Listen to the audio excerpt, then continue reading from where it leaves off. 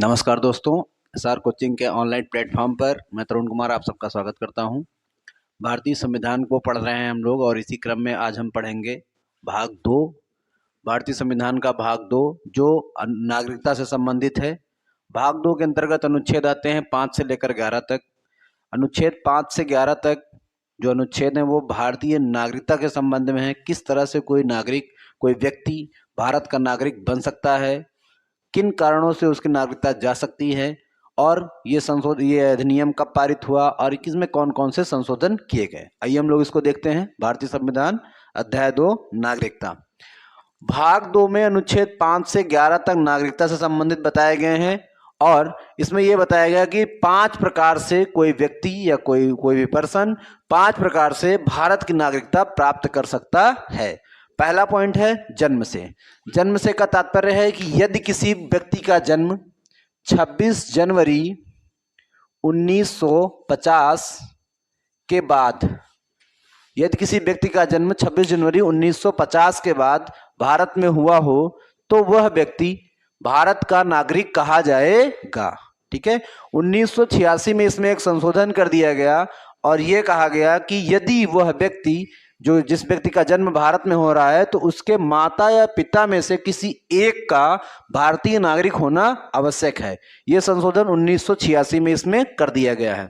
दूसरा पॉइंट है वंश परंपरा से। वंश परंपरा का मतलब है कि यदि किसी व्यक्ति का जन्म 26 जनवरी 1950 के बाद भारत के बाहर होता है तो वह व्यक्ति भी भारत का नागरिक माना जाएगा। बस उसके माता या पिता में से किसी एक का भारत का नागरिक होना चाहिए। कहने का मतलब जन्म अगर भारत में हुआ है 26 जनवरी 1950 के बाद तब भी आप भारत के नागरिक हैं, और अगर 26 जनवरी 1950 के बाद आप बाहर जन्मे हैं परंतु आपके वंशज भारतीय हैं तब भी आप भारत के नागरिक हो सकते हैं। तीसरा पॉइंट है पंजीकरण से। पंजीकरण का तात्पर्य है कि यदि कोई व्यक्ति बाहरी है और वो भारत में आकर के भारत की नागरिकता लेना चाहता है तो इसके लिए वो अपना रजिस्ट्रेशन करवा सकता है। पहले ये था कि कोई व्यक्ति अपने रजिस्ट्रेशन से 6 माह के पूर्व भारत में रह रहा हो, परंतु संशोधन के बाद अब हो गया है कि कोई व्यक्ति जो भी रजिस्ट्रेशन का फॉर्म भरेगा तो रजिस्ट्रेशन की तिथि से, आवेदन करने की जो तिथि है उस तिथि से 5 वर्ष पूर्व तक वो भारत में रह रहा हो। अब ये नियम हो गया है। तो पंजीकरण का नियम है कि यदि कोई व्यक्ति भारत में पहले 6 माह था परंतु अब हो गया है 5 वर्ष से भारत में रह रहा है, तो पंजीकरण की तिथि से 5 वर्ष से पूर्व भारत में रह रहा है तो वो रजिस्ट्रेशन के माध्यम से अपने भारत की नागरिकता ले सकता है। ठीक है। जैसे बहुत सारे लोग, कोई महिला है, विदेशी महिला है जिसने भारतीय से शादी कर ली तो वो क्या करेगी, वो रजिस्ट्रेशन करवाएगी और इसके माध्यम से अपनी भारत की नागरिकता लेने का उसका प्रयास रहेगा। अगला पॉइंट आता है देशीयकरण से। देशीयकरण का तात्पर्य है कि यदि कोई व्यक्ति भारत में 10 वर्षों से रह रहा है और 10 वर्षों के अंतर्गत उसने रहते हुए यहाँ की सभ्यता को, यहाँ के संस्कृति को अपना लिया है। कहने का मतलब उसने, कोई विदेशी व्यक्ति अगर कोई भारत की संस्कृति को, सभ्यता को अपना लेता है, ठीक है ना, अपने आप को यहाँ के रीति रिवाजों में ढाल लेता है और उसको भारत सरकार से यह प्रमाण पत्र मिल जाता है, देशीयकरण का प्रमाण पत्र, कि हाँ इन्होंने यहाँ के तौर तरीकों को, मतलब जो भी हैं उनको सीख लिया है। तो कहने का मतलब यदि कोई व्यक्ति 10 वर्षों से भारत में निवास कर रहा हो और उसको भारत सरकार के द्वारा देशीकरण का प्रमाण पत्र मिल जाए तब भी वो भारत का नागरिक बन सकता है। 5वां पॉइंट आता है भूमि के अर्जन के द्वारा। मान लीजिए कोई युद्ध होता है या किसी भी दूसरे कारणों से भारत किसी दूसरे देश या किसी दूसरे राज्य की अपनी सीमा को बढ़ा लेता है और उस क्षेत्र को अपने एरिया में मिला लेता है, भारत के संघ क्षेत्र में उसको मिला लेता है। तो उस जो नया क्षेत्र जो भारत के राज्य में मिलाया गया है, मान लीजिए कि ये भारत की सीमा है, मान लीजिए यहाँ पर ये बंगाल है, इसमें से इसने इस बंगाल के बांग्लादेश के इस एरिया को मिला लिया। अब इस एरिया में जो लोग भी बांग्लादेश के रह रहे होंगे वो भूमि अर्जन किया है ना भारत ने, तो वो जितने लोग उस एरिया में रह रहे होंगे वो सारे के सारे लोग भारत के नागरिक बन जाएंगे। अर्थात भूमि अर्जन के द्वारा भी यदि भारत किसी देश की भूमि का अर्जन करता है तो उस एरिया में, उस क्षेत्र में रहने वाले लोग स्वतः ही भारतीय नागरिक बन जाएंगे। इन 5 तरह से हम भारत की नागरिकता को प्राप्त कर सकते हैं। ये जो संशोधन, ये जो भारत अधिनियम आया भारतीय नागरिकता अधिनियम, ठीक है, ये 1955 में पारित किया गया था। इसमें समय समय पर आवश्यकता अनुसार परिवर्तन भी किए गए। पहला परिवर्तन इसमें 1986 में किया गया, उसके बाद 1992 में किया गया, उसके बाद 2003 में किया गया, 2005 में किया गया और 2015 में किया गया। इतने संशोधन इसमें किए गए हैं, ठीक है ना।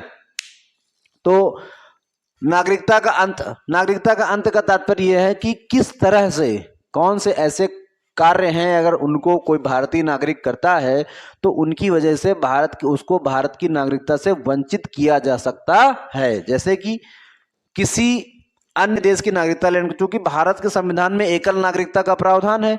कहने का मतलब आप एक ही देश के नागरिक रह सकते हैं। अगर आपने किसी दूसरे देश की नागरिकता ले ली तो आपके पास दो नागरिकता हो जाएंगी, और ऐसी कंडीशन में भारत की संविधान का रूल है कि एकल नागरिकता, तो वैसी स्थिति में आपकी नागरिकता क्या करेगी, भारत सरकार हटा देगी, खत्म कर देगी। तो अगर आप किसी अन्य देश की नागरिकता लेते हैं तो आपकी नागरिकता का अंत हो जाएगा।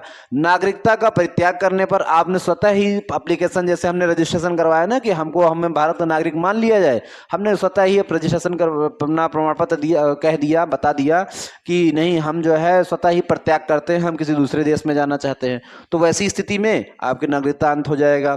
संविधान के प्रति अनिष्ठा दिखाने पर, संविधान के जो नियम कानून हैं अगर आप उनका पालन नहीं करते हैं और उनके प्रति आप आदर भाव नहीं रखते हैं, तो ऐसी स्थिति में आपको भारतीय नागरिकता से हाथ धोना पड़ सकता है।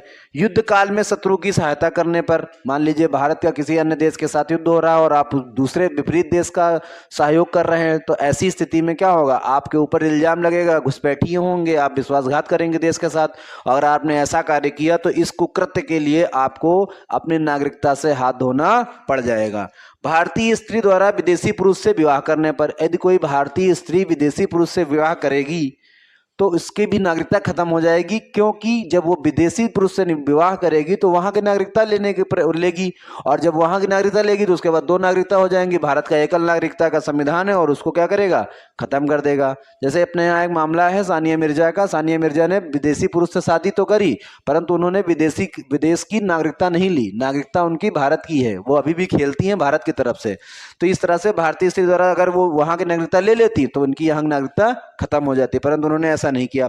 लगातार 7 वर्षों तक भारत से बाहर रहने पर, यदि कोई पुरुष या कोई महिला लगातार 7 वर्षों तक भारत से बाहर रहती है और वो एक भी बार भारत नहीं आते हैं, तो ऐसी स्थिति में उस व्यक्ति को भारत सरकार स्वतः ही उसकी नागरिकता को खत्म कर देती है। तो इसीलिए जो है, जो लोग बीच में आते जाते रहते हैं तो उनकी नागरिकता बरकरार रहती है। ऐसे लोगों को NRI कहा जाता है, प्रवासी भारतीय कहा जाता है। अगर कोई बिल्कुल ही नहीं आता है तो वो नागरिकता से खत्म हो जाएगा, नागरिकता उसकी खत्म हो जाएगी, फिर उसको कहा जाएगा भारतीय मूल का नागरिक, परंतु वो भारतीय नागरिक नहीं कहा जाएगा, वो भारतीय मूल का नागरिक कहा जाएगा। जैसे अमेरिका में बहुत सारे लोग हैं वर्तमान में, तो वो लोग भारतीय मूल के नागरिक हैं, ना कि भारतीय नागरिक हैं।